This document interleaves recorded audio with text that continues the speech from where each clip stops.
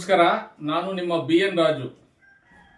July 19ರಂದು ಭದ್ರಾವತಿಯ ತಾಲೂಕು ಕಾರ್ಯನಿರತ ಪತ್ರಕರ್ತರ ಸಂಘದ ನೇತೃತ್ವದಲ್ಲಿ ಮತ್ತು ಹಲವು ಸಂಘ ಸಂಸ್ಥೆಗಳ ಸಹಯೋಗದಲ್ಲಿ ರಕ್ತದಾನ ಶಿಬಿರವನ್ನು ಹಮ್ಮಿಕೊಳ್ಳಲಾಗಿದೆ. ಭದ್ರಾವತಿಯ ಉಮ್ಲಬೈಲ್ ರಸ್ತೆಯಲ್ಲಿರ್ತಕ್ಕಂಥ ಲಯನ್ಸ್ ಕ್ಲಬ್ನಲ್ಲಿ ಬೆಳಿಗ್ಗೆ 9ರಿಂದ ಸಂಜೆ 5ರವರೆಗೂ ಕೂಡ ರಕ್ತದಾನ ಶಿಬಿರವನ್ನು ಹಮ್ಮಿಕೊಳ್ಳಲಾಗಿದೆ. ಸುಮಾರು 500 ಜನ ರಕ್ತದಾನಿಗಳು ರಕ್ತದಾನ ನೀಡಲಿದ್ದಾರೆ. ಹಾಗಾಗಿ ಭದ್ರಾವತಿಯ ವಿದ್ಯಾರ್ಥಿಗಳು, ಸಾರ್ವಜನಿಕರು, ಆಟೋ ಚಾಲಕರು, ರಕ್ತದಾನ ಮಾಡ್ತಕ್ಕಂಥ ದಾನಿಗಳು ದಯಮಾಡಿ ಸ್ವಯಂ ಪ್ರೇರಿತರಾಗಿ ಬಂದು ಜುಲೈ 19ರಂದು ತಾವೇ ರಕ್ತದಾನ ಮಾಡುವುದರ ಮೂಲಕ ಕಾರ್ಯಕ್ರಮವನ್ನು ಯಶಸ್ವಿಗೊಳಿಸಿಕೊಡ್ಬೇಕಾಗಿ ವಿನಂತಿ.